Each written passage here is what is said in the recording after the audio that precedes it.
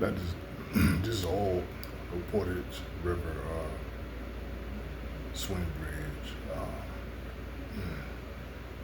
carrying Lakeshore Drive, and it was replaced with Bascule Bridge in 1933, located in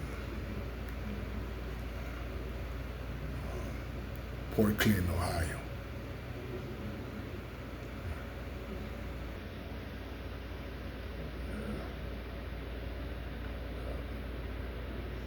That's the bridge.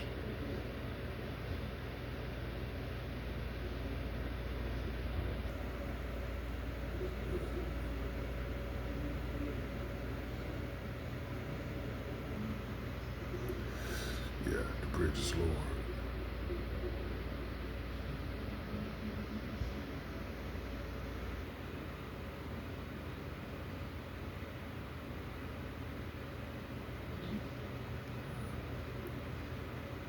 Yeah, the bridge to replace the old swing bridge.